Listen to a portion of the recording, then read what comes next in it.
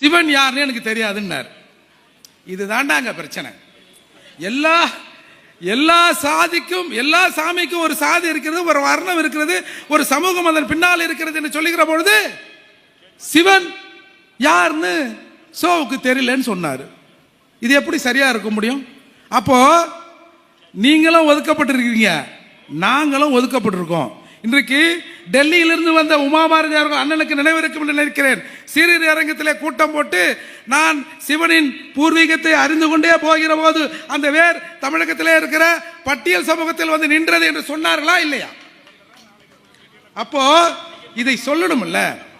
நீங்க என்ன சொல்றீங்க? இங்க வந்து தமிழகத்தில் பெரும்பான்மையானவர்கள் சனாதனத்துக்கு எதிர்ப்புங்கிறான். உடனே நீங்க சனாதனத்தை நாங்க காக்கிறோன்றீங்க. இது எப்படி இது சரியா இருக்கும்? சனாதனம் கேட்டா இங்க ஒண்ணும் இல்லைன்றீங்க. யாரெல்லாம் சனாதனத்தை காப்பாற்ற வேண்டும் என்று சொல்கிறாரோ ஸ்கிரிப்டை கொடுப்பா.